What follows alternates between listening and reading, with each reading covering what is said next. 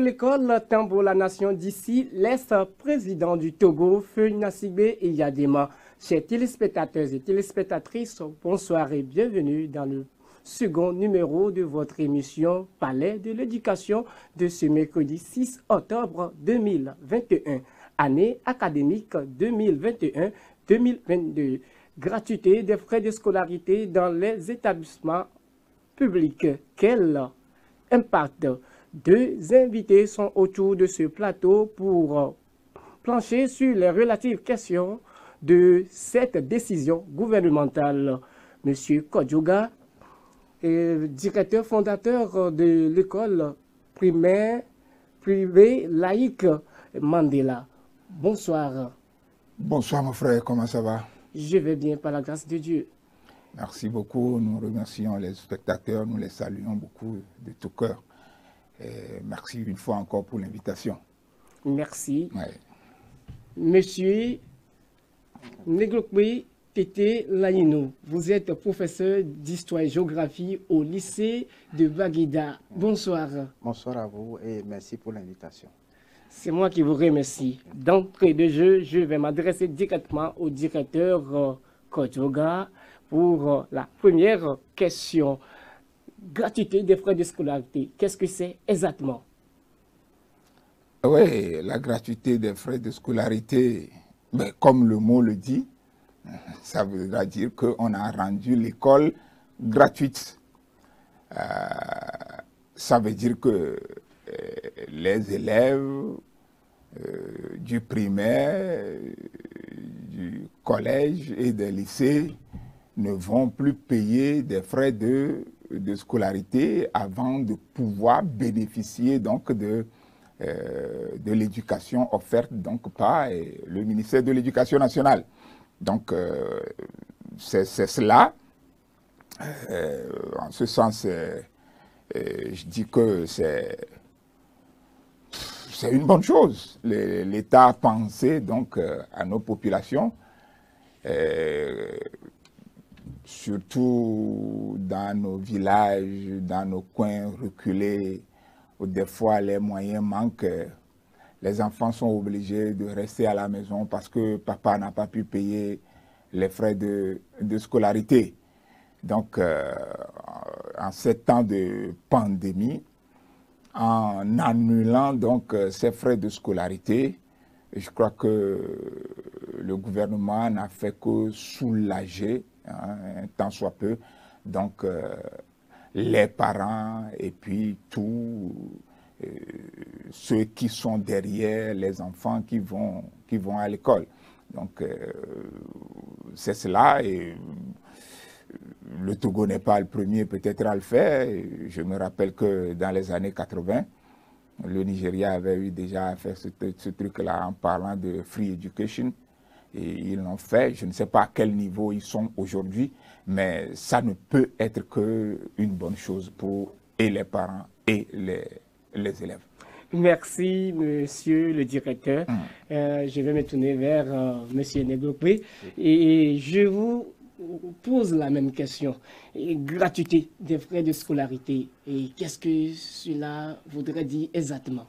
Et la gratuité des frais de scolarité vient en ce sens que vous n'êtes pas sans savoir que depuis 2019, fin 2019, on est rentré dans la phase de pandémie à coronavirus. Donc, pour pouvoir soulager les parents, les apprenants, l'État a décidé. Il y a eu des gestes, par exemple l'année 2020-2021, hein, pour les frais d'examen, l'État a annulé les frais d'examen aux différents examens. Donc, ça, je pense que ça va dans la continuité pour pouvoir soulager. Parce que vous savez que la marmite du Togolais n'est pas aussi conséquente. Donc, pour soulager ces apprenants ou bien les parents d'élèves, l'État a décidé la gratuité des frais de scolarité. Donc, par ce geste-là, on ne fait que dire merci au gouvernement parce qu'ils ont pensé un tant soit peu à la population pendant ces temps de crise sanitaire. C'est ce que je peux dire par la gratuité des frais de scolarité. Oui, merci. Et je vais m'adresser à nouveau à M. Kodjoga. Et qu'en est-il réellement pour les frais parallèles? Bien, je crois que là, il ne faut pas confondre les deux choses. Et les frais de scolarité sont une chose, les frais parallèles aussi sont une autre chose. Les frais de scolarité, c'est ce que l'État exige et qui devait normalement venir vers lui pour pouvoir rendre l'éducation accessible aux élèves. Oui. Bien. Les frais parallèles, c'est des frais qui ont été demandés pour permettre aux différents établissements de pouvoir subvenir à satisfaire certains besoins qui sont inhérents donc au fonctionnement des établissements. Des fois, il y a de petits besoins pour lesquels, des fois, on n'est pas obligé d'aller vers le gouvernement et consorts, des tables banques qui sont en difficulté, de petites choses, etc., etc. Et voilà, donc ces frais parallèles ont été décidés pour permettre donc aux établissements de ne pas être trop dépendants donc du gouvernement. À chaque fois qu'il faut faire quelque chose, il faut donc attendre que, et vous savez aussi le problème de l'administration, des fois c'est un peu lourd, le temps que la décision soit prise et que l'argent soit décaissé pour arriver, ça pose problème. Et puis la gestion aussi de certains enseignants qui viennent aider. Et donc tout ça là trouve sa place donc dans ces frais parallèles, des tôles qui sont enlevés, qu'il faut remplacer rapidement. Oui. Donc c'est dans ces frais parallèles qu'on puise pour pouvoir gérer ces petites difficultés. Et ces frais parallèles souvent sont gérés en commun accord avec donc l'association des parents d'élèves. Donc en gros c'est ça. Ça permet aux établissements de pouvoir engager des dépenses qui viennent des fois au jour le jour et pour lesquelles on n'est pas forcément obligé d'attendre donc l'État. Donc ces deux choses sont différentes. Les frais de scolarité, c'est ce que l'État exige pour que l'enfant puisse aller à l'école. Les frais parallèles, c'est ce que l'établissement décide de prendre des parents pour pouvoir gérer les petits problèmes qui se posent très souvent donc, dans les différents établissements. Bien, à ce niveau-là, les gens n'avaient pas très bien compris la chose, parce que quand l'État décide donc de quoi, de la gratuité des frais de scolarité, il n'a pas décidé de la gratuité des frais parallèles. Parce qu'en fait, les frais parallèles ne regardent que l'établissement et puis l'association des parents d'élèves. Donc, l'État a annulé les frais de scolarité, mais les gens ont cru que tout devait disparaître. Je crois que à ce niveau, il y a eu une petite confusion, mais chemin faisant, les autorités ont clarifié la chose. Et les parents d'élèves aussi ont compris que, effectivement, qu'il ne fallait pas faire l'amalgame et qu'il fallait séparer donc les deux frais et qu'on a annulé les frais de scolarité, mais les frais parallèles ont été conservés. Merci, M. Kodjoga. Oui. Et je vais adresser la même question à M. Neglokbe. Vous êtes dans le secteur public là et c'est vous qui parlez souvent des frais parallèles. C'est quoi réellement les frais parallèles? J'ai suivi l'intervention de monsieur le directeur. J'ai vu ses explications par rapport à cela. Mais vous travaillez dans le secteur public et vous avez vraiment des éléments pour enrichir ce plateau. Ok, les frais parallèles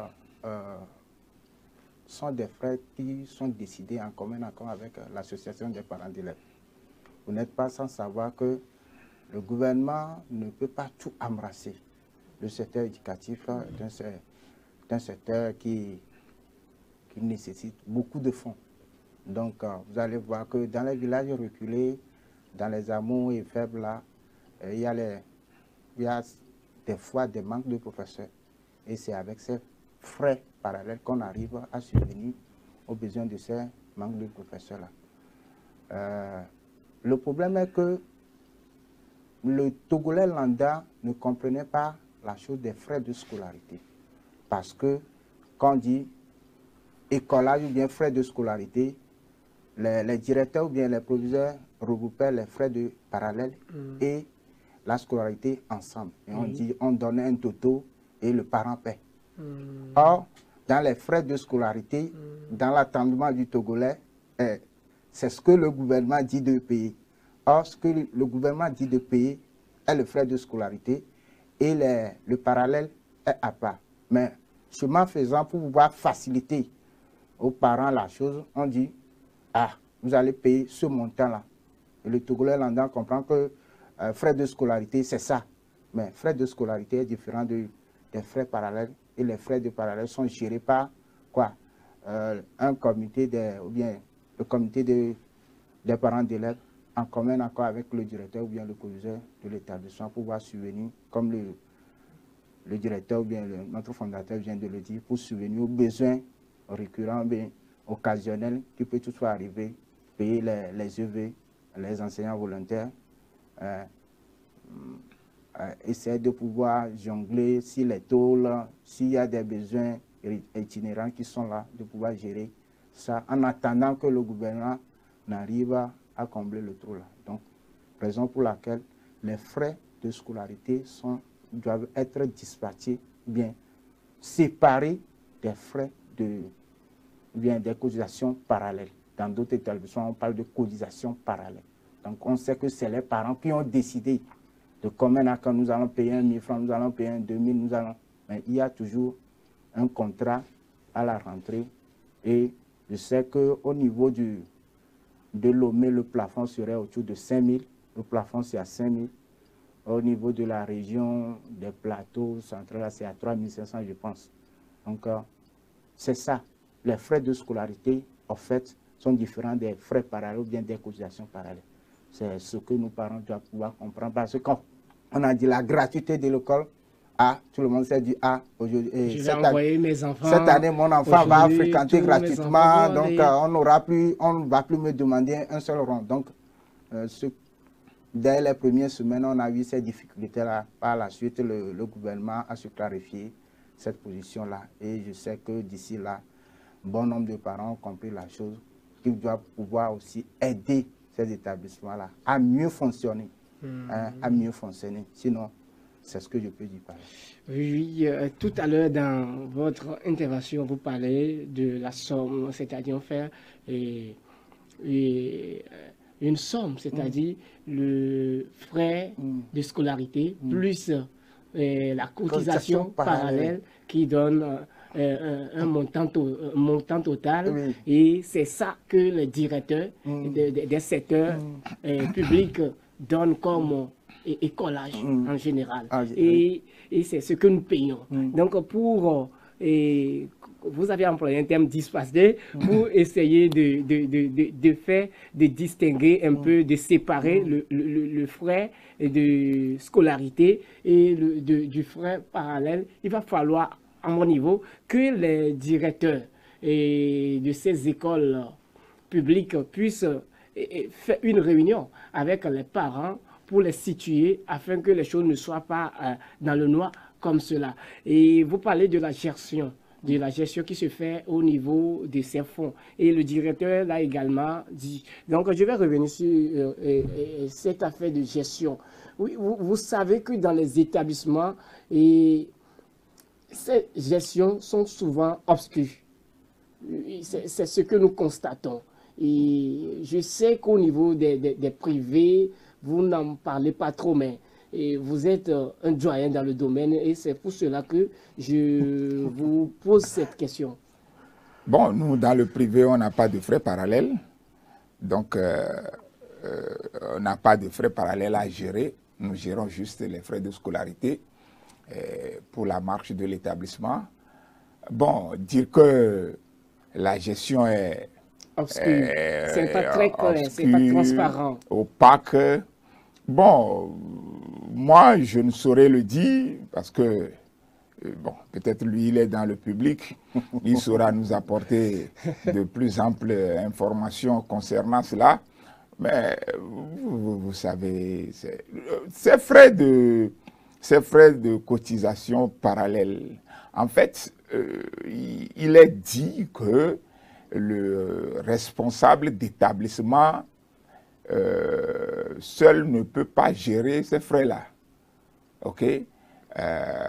Il y a le comité des parents d'élèves qui gère ces frais-là avec le responsable d'établissement.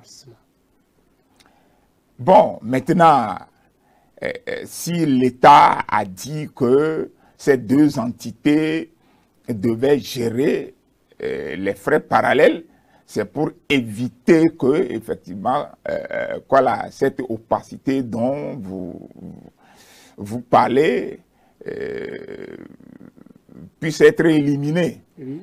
Bon, alors, quand on parle de gestion opaque ou bien de très claire, bon, je ne sais pas finalement au niveau de qui la chose n'est pas claire. Si c'est au niveau du responsable d'établissement, ça voudra dire que les parents d'élèves ne jouent pas leur rôle.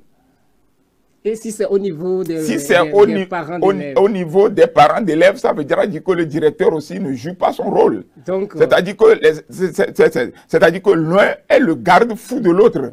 Si on a placé les deux comme ça là, c'est pour que l'un soit le garde-fou de l'autre. Lorsque, par exemple, le directeur veut engager des choses, des dépenses obscures pour juste faire disparaître cet argent-là, mais il doit falloir qu'il fasse appel au comité des parents d'élèves pour que ce comité-là justifie, qu'on voit véritablement l'importance de la dépense que le responsable d'établissement veut qu'on engage. Mais si ce comité voit que cette dépense n'a pas sa raison d'être, mais ce comité peut opposer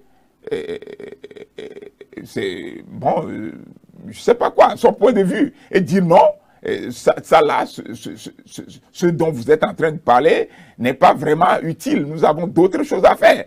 Donc je crois que l'État ne peut pas être dans chaque maison, dans chaque bureau. Le ministre est dans son bureau, les inspecteurs aussi sont dans leur bureau, et ils font ce qu'ils peuvent faire. Mais maintenant, quand les gens sont sur le terrain, c'est à eux de faire en sorte que la décision qui a été prise, ou bien ce qui a été dit, soit effectivement au profit des gens pour qui ces décisions-là sont prises. Maintenant, quand les deux entités se mettent ensemble, bon, le président du comité des parents d'élèves peut, de connivence avec le responsable d'établissement, décider de bousiller, par exemple, ce fonds. Là, ça reste entre eux. Mais si les deux décident de bousiller ce fonds, mais les autres membres du comité sont où? Bon, donc je crois que l'homme même est difficile. Oui. Ce qu'on appelle homme là, c'est difficile. C'est difficile. C'est tellement difficile. Quand vous mettez quelque chose au point, vous n'avez même pas encore fini de mettre la chose au point que il trouve une voie pour contourner ce que vous venez de décider. C'est ça. Non, mais l'homme est compliqué. Donc je crois que à ce niveau, pour éviter ce dont vous êtes en train de parler là, je ne sais pas comment ça arrive, je ne sais pas comment ça se fait, je ne suis pas dans le public. Mais je crois que pour éviter ce problème, il doit falloir que le comité soit actif. Le comité des parents doit être actif et regardant sur ce qui est en train de se passer. Mais si ce comité est là juste de forme, alors ben, le boulevard est dressé devant le responsable d'établissement pour que lui fasse des trucs et puis bon après il présente des factures bidons, eh ben, puisque vous n'êtes pas là, qu'est-ce que vous pouvez dire? Donc il faut que ce comité-là soit actif, que ce comité soit là, présent, et cherche à regarder les choses. Donc je crois que quand c'est ainsi, l'opacité dont vous êtes en train de parler, bon, nous sommes des hommes, ça ne peut pas disparaître à 100%, mais ça devait être quand même réduit donc à son strict minimum. Donc, s'il y a défaillance à ce niveau, le problème doit être au niveau du comité des parents d'élèves. Parce qu'en fait, quand l'argent est là et que on ne sait pas quoi en faire, on trouve toujours quelque chose pour pouvoir dépenser. C'est ça. On trouve toujours quelque chose pour pouvoir dépenser, mais c'est au comité de jouer son rôle de garde-fou pour que cet argent puisse être véritablement utile pour la chose pour laquelle elle a été contribuée. Voilà. Bon, merci, monsieur. Et je vais rappeler aux fidèles téléspectateurs de la chaîne de La Vraie Différence que le thème qui fait l'objet de nos discussions cet après-midi est année académique 2021-2022, gratuité des frais de scolarité dans les écoles, dans les établissements publics. Quel impact? Donc, autour de ce plateau, nous avons deux invités, monsieur Kodjoga Ayao, le directeur fondateur de EPL Mandela, et j'ai également ici à ma droite monsieur Neglokwe Tété Lanyinou, il est professeur d'histoire et géographie au lycée de Baguida, et c'est avec eux que nous sommes en train de discuter autour de ce thème pour trouver des éléments de réponse, parce que c'est inquiétant. Alors, je vais me tourner vers monsieur Neglokwe. Et avec ces frais parallèles, faut-il parler de gratuité ou de suspension? Suspension, bon, quand nous lisons bien la note que le ministre, bien l'arrêté que le ministre avait pris, il s'agit d'une suspension. En fait, dans les faits, c'est une suspension parce que vous n'êtes pas sans savoir. On a dit que pour cette année exclusivement, l'année académique 2021-2022, il y aura la gratuité de l'école. Oui. Pour ce qui est de l'année 2022-2023, on ne sait pas encore. Donc, le thème approprié, c'est la suppression des frais de scolarité. La suppression des frais de scolarité. Gratuité. Mais c'est gratuit. Gratuité, les gens ne paient pas. Gratuité, le mot gratuité même, est-ce que gratuit, on ne paie pas. On ne paie pas, mais il y a les frais de scolarité et les frais de cotisation parallèle de l'autre côté. Oui, d'après l'explication que venait de donner monsieur le directeur, les frais parallèles sont une autre chose. Oui, nous, en tant qu'enseignants ou bien en tant que directeur, on comprend bien. Mais ma maman qui va demain au grand marché, elle ne va pas comprendre. Elle ne va pas comprendre. Il va falloir qu'on joue à ce gymnastique-là avec elle pour qu'elle comprenne que les frais de scolarité sont à part et la cotisation parallèle aussi, elle est à part. C'est le problème là qu'on rencontre maintenant. Et nous, c'était cette communiqué que le ministère avait fait pour pouvoir clarifier ce côté-là. Sinon, c'est un flou total. Oui, dans le communiqué, le gouvernement a bien situé que c'est dans le cadre de la pandémie et c'est spécialement pour cette année. Oui. Quand le communiqué est sorti, tout le monde se disait, les acteurs de l'éducation, les enseignants, maintenant, les frais de cotisation parallèle, ça serait enlevé ou bien quoi? C'est juste après que le ministère a encore renchéri en disant que non, que les frais de cotisation parallèle seront maintenus et il a fixé même des plafonds. Je pense que chez nous à Lomé ici, le plafond c'est 5 000 et dans les autres régions il y a 3 500, 3 000, 2 000 comme ça. Et pourquoi c'est 5 000 à Lomé Et... Bon, je pense que c'est compte tenu des revenus, hein, parce qu'on se dit qu'à Lomé, ceux qui sont à Lomé, du moins avec les dépenses ou bien tout ce que l'éducation engage à Lomé, le plafond est un peu plus élevé. Maintenant, à l'intérieur, on sait que même pour, quand on disait la gratuité de l'école au niveau du primaire, là, les enfants n'allaient même pas à l'école. Dans les villages reculés, il y a des temps, des saisons, vous allez, c'est le professeur ou bien le directeur seul qui est là. Les enfants sont au champ. Donc, tout ça là, pour dire que la situation économique diffère d'une région à une autre. Hein, ça diffère d'une région à une autre. Donc, je pense que c'est pour cette raison-là, on a dit que dans le Grand Lomé, ça serait autour de 5 000 le plafond. Et dans les autres régions, 3 500, 2 000, 1 500 ou bien. Parce que je pense que c'est comme ça.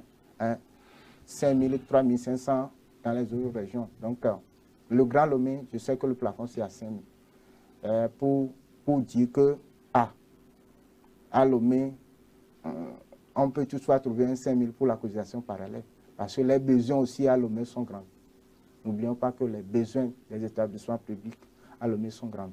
Parce que, en termes d'effectifs, en termes d'enseignants, en termes de ce qu'il faut pour la bonne marche, je dis bien la bonne marche des activités académiques ou bien des activités, il faudrait que ce soutien-là soit fait au niveau de ces parents-là. Donc, c'est un peu ça. Oui, monsieur Negokwe, je reste toujours avec vous. Oui. Et je sais que vous n'êtes pas EV, c'est-à-dire enseignant volontaire. Mais je comprends que les frais parallèles, c'est à payer ces enseignants. Et vous avez une idée sur combien ils perçoivent à la fin du mois? Parce que vous parlez de la situation économique des régions. Et c'est en fonction de ça que la répartition a été faite. Maintenant, est-ce que, je sais que vous n'êtes pas dans ça, mais donnez-nous, est-ce que vous avez quelques éléments? Ok, je vais renchérir. Au niveau, moi je suis enseignant EV. Ah là, c'est bien. Je suis enseignant EV. Bon, ça dépend de chaque établissement. Il y a, dans certains établissements, c'est des forfaits. On te dit que tu as tel nombre d'heures, on te fait un forfait. Et dans certains établissements, c'est des quotas au niveau des heures. Hein, tu as 20 heures, l'heure à tel. Donc, c'est comme ça, ça fonctionne. Ça dépend aussi du premier responsable de l'établissement. Il y a certains qui font des quotas, il y a d'autres qui font des forfaits, et il y a d'autres qui jouent sur les heures. Donc, c'est comme ça les EV, le traitement des EV au niveau des salaires. Donc, c'est ça. Donc, pour parler d'EV aussi, il faut savoir qu'il y a deux catégories d'EV. Il y a EV parents d'élèves et EV ANVT. Okay. Pour ceux qui sont de ANVT, c'est le gouvernement qui prend en charge leurs frais. Néanmoins, l'établissement aussi contribue à hauteur de quelque chose à la fin du mois. Mais pour les EV parents d'élèves, c'est l'établissement ou bien les parents d'élèves qui supportent les charges financières là. Et c'est non. Là, c'est intéressant. Est-ce que vous êtes du côté de l'ANVT ou du côté non, moi je suis EV parent d'élèves. Je suis EV parent d'élèves. Et dans les deux ensembles, à quel niveau c'est bien? Bien. Moi, si je peux toutefois dire quelque chose, c'est préférable d'être avec l'État. EV, ANVT, oui. On peut dire que leur situation, c'est un peu plus meilleure parce qu'ils ont l'assurance là-bas. Il y a INAM là-bas qui prend en charge leur couverture santé. Mais EV, parents d'élèves, on n'a pas de couverture santé. Si tu tombes malade, c'est toi-même qui te soigne. Si tu as un accident aujourd'hui, c'est toi-même qui va déposer tes fonds.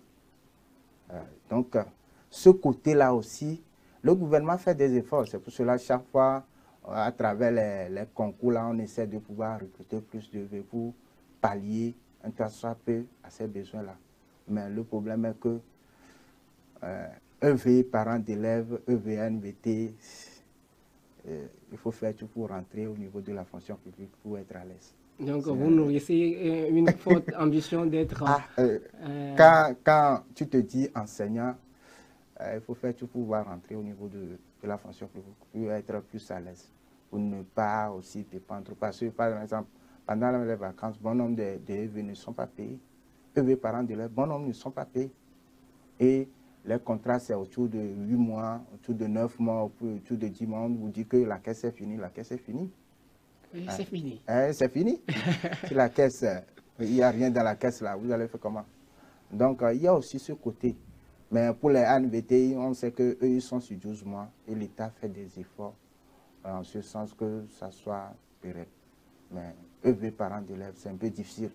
Mais par la faute des choses. Et Dieu aidant, on se donne à la tâche. On se donne à la tâche. On sait que aucune œuvre humaine, comme le Joël l'a dit, aucune œuvre humaine n'est parfaite. Mais on aspire à de grandes choses plus que ça. On aspire à de grandes choses plus que ça. Merci, monsieur Négroupé. Vous avez employé un terme que moi aussi je vais employer maintenant, Joël.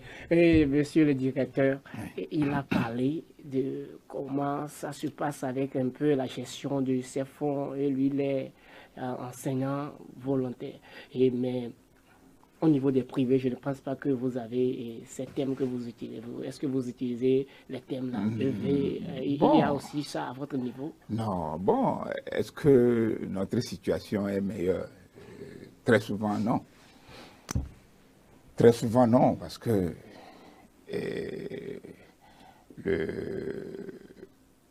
l'enseignant volontaire, il vient de le dire tout à l'heure, à 9 mois, à 10 mois, bon, la caisse est vide, il faut partir pour revenir après. Bien, et puis, bon, chez nous, on n'a pas ces termes de EV. Tu viens en tant qu'enseignant, mais les situations, les traitements sont très souvent les mêmes. Hein. Parce qu'en fait, le problème aujourd'hui de l'enseignement privé, c'est que ce n'est pas... Dans le temps, l'enseignement privé était un enseignement de luxe. C'est-à-dire que l'établissement est là, les frais sont fixés, et c'est une élite financière qui y va. Les autres sont accueillis dans les établissements publics.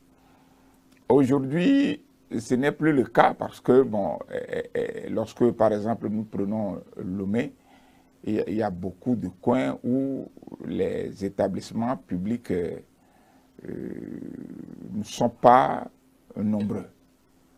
Bien, alors dans ces conditions, surtout au niveau du primaire, les élèves ou bien les parents sont obligés de se rabattre sur des établissements privés. Bon, la plupart des gens que vous voyez dans les établissements privés aujourd'hui ne sont pas véritablement des gens du privé. Ce ne sont pas des parents du privé, mais tout simplement parce que le public est peut-être trop gorgé ou bien un peu trop éloigné des petits-enfants de 6, 7, 8 ans. Alors, bon, on décide de faire avec l'établissement privé qui est à côté. Dans ces conditions-là, le privé n'est plus un privé vraiment digne de ce nom, élitiste. Et on essaie d'emballer les gens et de les contenir, et si bien que même quand tu décides de frais qui sont trop élevés, tu es en difficulté. Il y a quelques rares établissements qui sont dedans, qui ont gardé quand même un bon plafond, mais la plupart des autres établissements, ils sont obligés de descendre au niveau des capacités des parents, d'élèves, pour pouvoir conduire ces enfants-là. Et dans ces conditions, le peu que vous récupérez, bien, comme il vient de le dire, bien, vous discutez avec les enseignants et ce que vous leur proposez, ils regardent et puis bon, ben, quand vous vous mettez d'accord, vous démarrez. Et chez nous, bon, ce n'est pas qu'à un moment donné, on va dire que la caisse est vide. Si la capacité de l'établissement peut supporter les enseignants pendant 10 mois, mais vous le faites. Si ça peut permettre d'aller à 12 mois, vous le faites. Mais tout ça, là, c'est décidé dès le début de l'année. L'enseignant sait que, bon, ben, après 10 mois, le contrat sera suspendu.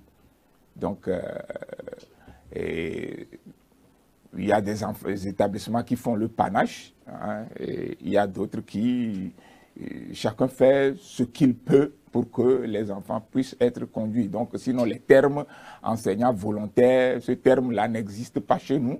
Mais la plupart du temps, le traitement qui est, bon, il a parlé de quotas, ou bien de traitement horaire, c'est toujours la même chose qui se fait dans les établissements privés. Vous venez, on dit l'heure est à 800. L'heure est à 800.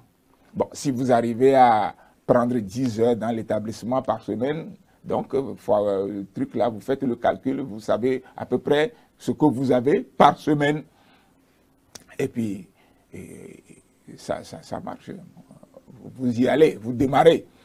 Donc, c'est un peu compliqué. Ça dit que vous pouvez arriver à un moment donné. Il y a des établissements qui prennent ça et qui en font un salaire. Il y a d'autres qui prennent ça et quand tu es absent, tu es malade, tu ne prends rien. Donc, ça dépend donc des conditions dans chaque établissement. Quand l'établissement est un peu nanti, on comptabilise le nombre d'heures, on te fait un salaire à 10, 15, 20 heures. Et tu prends ça, quel que soit ce qui arrive. Mais il y a des établissements qui n'ont pas cette force de frappe. Ils disent l'heure c'est à 800. Mais quand tu t'absentes, on te décompte. Hein? Voilà. Voilà. Quand tu es malade, on te décompte. Etc. C'est des situations difficiles. Nous tous, j'ai eu à faire ça. C'est en fonction des capacités de l'établissement. Parce qu'un établissement privé, quand vous ouvrez tout de suite, là, les élèves ne sont pas au rendez-vous. Il faut prouver sur le terrain que vous pouvez faire quelque chose. Donc, il y a ces difficultés qui vont avec. C'est presque la même chose que ce qui se passe là-bas. Merci, monsieur. Et vous qui venez de nous capter, je vais une fois encore vous rappeler le thème qui fait l'objet de nos discussions cet après-midi, année académique 2021-2022, gratuité des frais de scolarité dans les établissements publics. Quelle réalité? Je vais me tourner vers monsieur Negropi. Et nous savons tous que l'impact de la pandémie du coronavirus n'a épargné aucun secteur d'activité. C'est pourquoi d'ailleurs le gouvernement a pris cette décision. Pourquoi les établissements privés ne sont pas pris en compte? Bon, la question est un peu pertinente dans la mesure où quand on prend les établissements du Togo, il faut voir que quand on prend sur les 1 tiers, 2 tiers sont des établissements privés. Le privé aujourd'hui regorge, prend plus de la moitié des élèves ou bien des apprenants togolais. Hein? Le public, mais s'il faut prendre aussi les privés dans cette gratuité-là, ça veut dire que l'État est obligé de débourser des fonds. Le privé aussi, c'est une entreprise privée. Et c'est une entreprise privée. Oui, c'est le fondateur là, ou bien le directeur fondateur la gère comme il peut. Parce que vous n'êtes pas sans savoir que lui aussi doit dégager quelque chose pour pouvoir subvenir à l'existence de son entreprise. Donc, ce côté-là, ça serait un peu difficile. Ça sera un peu difficile dans la mesure où il y a tellement de privés. Et ces privés-là aussi, bon nombre ne sont pas recensés. Bon nombre n'ont pas l'agrément. Il y a aussi ce côté-là. Oui, parce qu'il faudrait qu'on dise les choses. Pour être reconnu, il faut avoir de l'agrément. Et combien de privés aujourd'hui ont des agréments? Quand on prend 10 écoles du privé, à peine 5 ou bien 4 ont l'agrément. Bien d'autres jouent sur l'agrément d'autres. C'est pour cela même on a vu, il y a un communiqué du ministère ou bien un arrêté du ministère qui suspend la création des écoles privées sur 2 ans. Oui, si ça peut résoudre le problème, on dit merci. Mais de l'autre côté aussi, qu'est-ce qu'il faut faire pour ne pas qu'on ait des privés sur des privés et l'éducation aussi n'a plus tellement, comme le doyen vient de le dire, oui, le traitement dans les privés, c'est un peu désolant. Quand tu t'absentes là, ça ne veut pas dire que le cours que tu as absenté le cours là, tu ne vas plus le faire. Tu vas le faire. Tu es obligé, obligation de terminer le programme. Et quand tu ne termines pas le programme, l'enfant est au rabais. La connaissance là est au rabais. Mais si ces privés-là se disent, ah, tu n'es pas venu, on t'ampute les ailes, quelque part, c'est un peu trichant. Si on sait que ce que les enseignants du privé perçoivent n'est pas aussi au rendez-vous, si on leur coupe encore, vous voyez, non? Vous voyez, c'est ces frustrations-là qui font que chaque enseignant fait tout pour pouvoir rentrer au niveau de la fonction publique. Ah, okay. On fait les pieds et mains pour pouvoir rentrer au niveau de la fonction publique. Parce que avoir 20 heures dans le privé, avec le traitement qu'il a, et avoir 20 heures dans l'officiel, avec le traitement, il y a eu. Okay, L'écart est grand. Je vous comprends. Je vais poser la même question à M. Kodjoga. Oui, c'est vous qui êtes dans le secteur privé et vous savez comment ça se passe. Et cette question, j'ai bon de vous poser la question pour voir comment est-ce que vous allez défendre, vous défendre par rapport à ça, parce que c'est très difficile. Vous subissez tout le même sort. La pandémie est là, la pandémie a ralenti toutes les activités et voilà que l'État a pris en compte les établissements publics et vous faites le même travail qu'eux, mais vous êtes laissés sur votre carreau. Là, c'est pourquoi je vous pose la question, pourquoi vos établissements ne sont pas pris en compte? Je voudrais parler des privés. Bien, je crois que ce problème-là,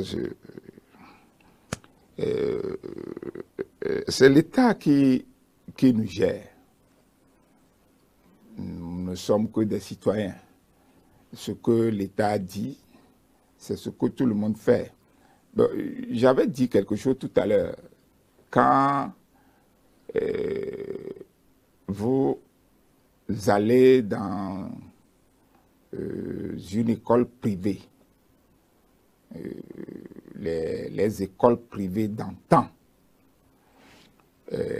le collège aujourd'hui peut être à 80 000, 90 000, vu les difficultés qui sont là sur le terrain.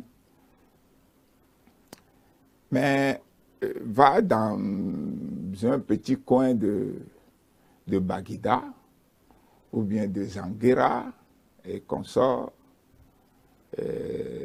d'Agbata, et puis mets une école privée, collège à 80 000, qui va venir? Ils sont dans le besoin, ça c'est clair. Mais ils ne vont pas venir. Parce qu'en fait, ils n'ont pas choisi d'aller dans une école privée. Ils veulent venir là-bas tout simplement parce que peut-être le public est un peu éloigné. C'est tout ça le problème. Bon, maintenant, quand ce que quelqu'un fait, par exemple, à 80, 90 000 francs, tu es obligé de faire ça à 35 000. Qu'est-ce que tu peux faire? Pas grand-chose. Donc, le problème des privés, c'est un problème qui est compliqué. Et aujourd'hui, ça se multiplie sur le terrain. Avant, il était dit que quand il y a un établissement privé, pour qu'il y ait un autre établissement privé, il faut une distance d'au moins 1 kilomètre. Aujourd'hui, personne ne respecte ça. Tu es là, quelqu'un va venir s'implanter à côté, tout dru comme ça, tu n'as rien à dire, et puis c'est compliqué. Bien, pour en venir donc aux frais de la gratuité, le collègue vient de le dire que les établissements privés aujourd'hui brassent une masse d'élèves assez colossale. Oui. Et puis, bon, vous savez, l'État joue sur ce qu'il a. Ok? L'État voit ses caisses. Quand je suis là et que... vous savez, des fois, lorsque, par exemple, certains services font des réclamations salariales, la réponse est vite donnée.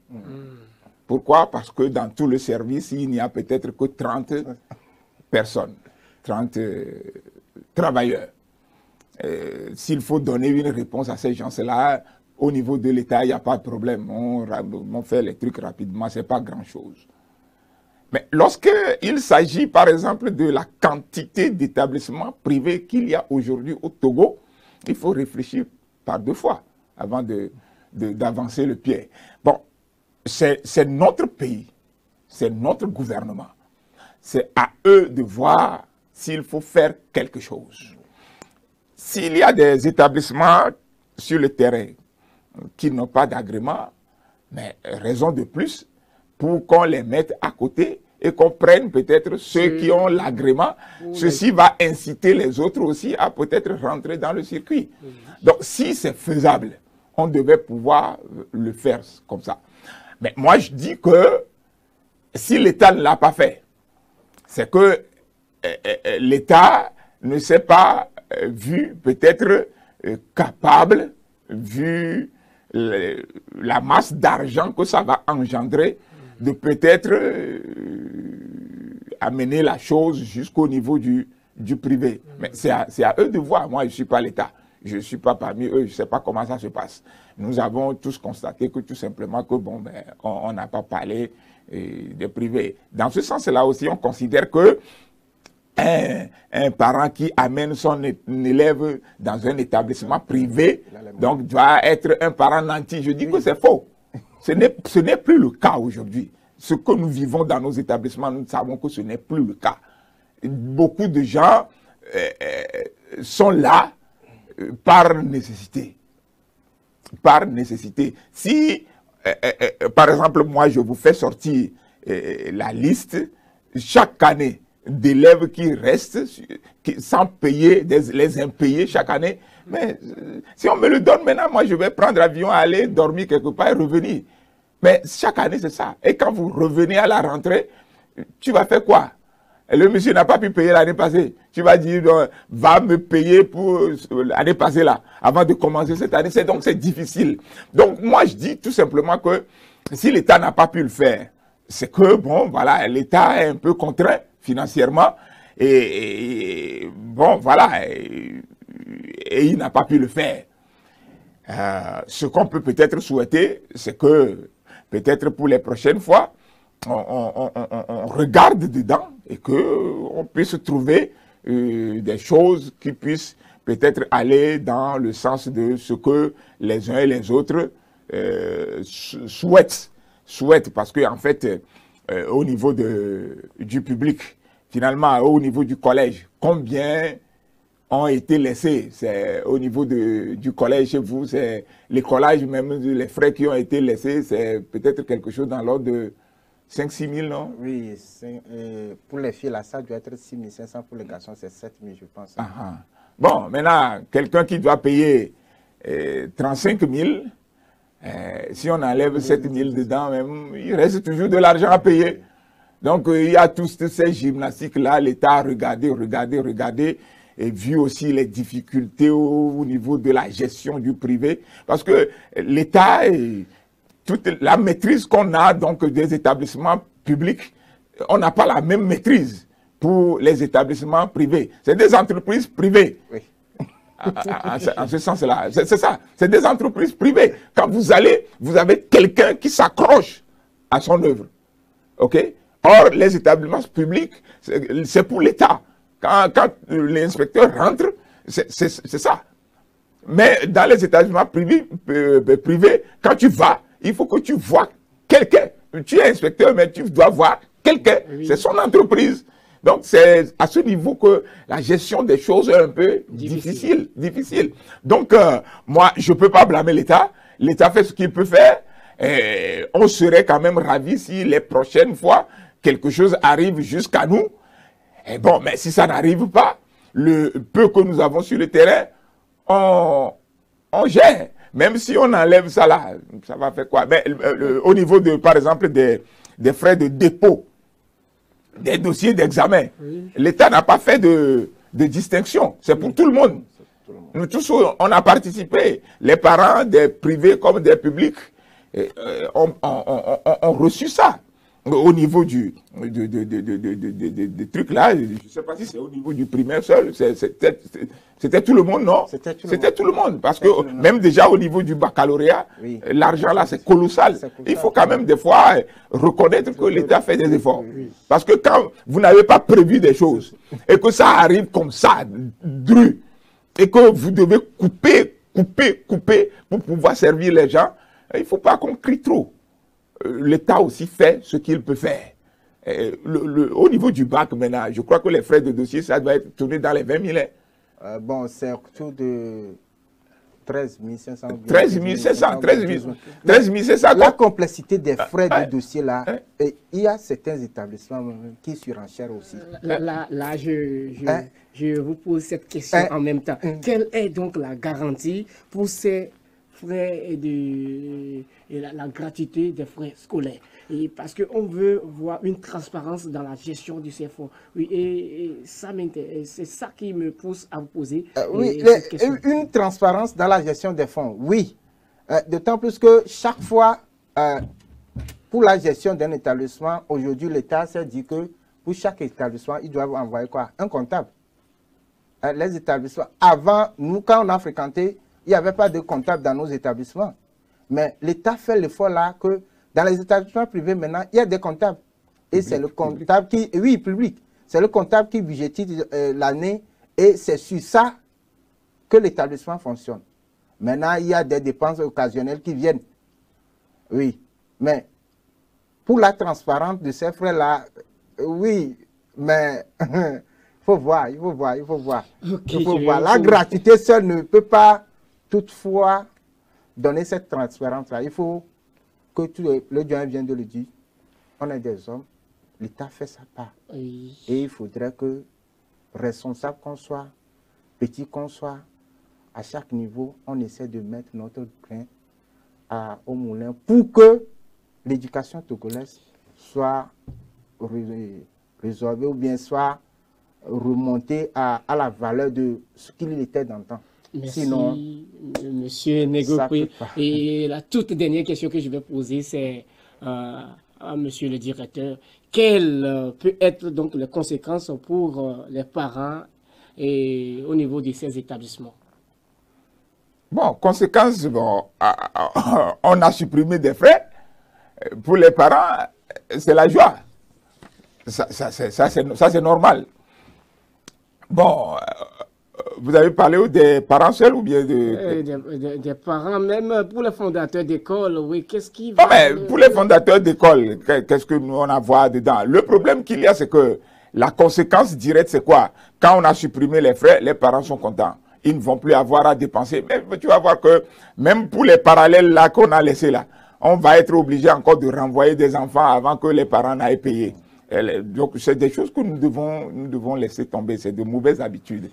Maintenant, l'autre conséquence, c'est que, les parents, dès qu'on a parlé de gratuité de l'école, cette année, des parents qui avaient peut-être la possibilité de garder leurs enfants dans les publics, dans les privés, sont partis. Ils ont fait décrocher leurs enfants et ils les ont amenés directement dans le public. Et puis bon, ceci étant, les effectifs dans le public ont encore gonflé. Malgré les 2G de matin et d'après-midi, dans certains établissements, un seul G dépasse encore les 70-80. Bon, donc c'est des choses... Pourquoi je dis l'homme même est difficile? Merci, monsieur. Très difficile. Donc pour nous les privés, bon, peut-être quand on vient t'arracher encore 2 ou 3 élèves, ça fait mal. Ça fait un creux. Et donc, il n'y a que ça. Il n'y a que ça. Nous, on a tout à perdre dedans. C'est ça. Merci, monsieur. Merci tout est bien qui finit bien, dit-on souvent. Monsieur Kodjoga Ayawo, et directeur fondateur de l'école privée laïque Mandela, et monsieur Négopré Tété Layinou, et professeur d'histoire et de géographie au lycée Baguida. C'est avec eux nous avons discuté autour du thème de cet après-midi qui est gratuité des frais de scolarité dans les écoles, dans les établissements publics. Quel impact? Très rapidement, un mot de la fin pour clore définitivement cette émission. Non, mais nous remercions les téléspectateurs et nous remercions le gouvernement pour l'acte qui a été posé. Et on remercie tout le monde. Nous sommes un peuple et nous devons avancer. Et merci à tout le monde. Ça doit pouvoir aller. Merci. Nous sommes un peuple, ça doit pouvoir aller. Merci, M. Kodoga. Et oui, M. Negloupi. Bon, comme le doyen vient de le dire, c'est un merci. Un merci. Et nous allons aussi dire merci au gouvernement d'avoir fait ce geste-là pour un temps soit peu soulager les parents. Mais c'est ce qu'il faut retenir là-dedans. Il ne faudrait pas que les parents pensent que la gratuité de l'école se limite à ça. Pour pouvoir mettre les enfants à l'école, il y a encore d'autres frais. Le manger, hein, payer les livres et consorts à ces enfants-là. Oui. Donc, il faudrait voir aussi cet aspect de la chose. Hein. Okay. Le gouvernement fait de son mieux. Maintenant, nous, citoyens, de pouvoir l'accompagner pour que l'éducation togolaise puisse se retrouver sur une lettre de noblesse. Merci. Ok, merci. Et mesdames et messieurs, le palais de l'éducation de ce mercredi ferme ses portes. Merci à vous qui nous avez suivis. Merci à toute l'équipe qui a œuvré pour la réussite de cette émission. Merci vraiment à mes collaborateurs. Merci pour tout ce que vous faites. Alors, le rendez-vous prochain, c'est le mercredi à la même heure sur la même chaîne. Alors, au revoir. Bye bye.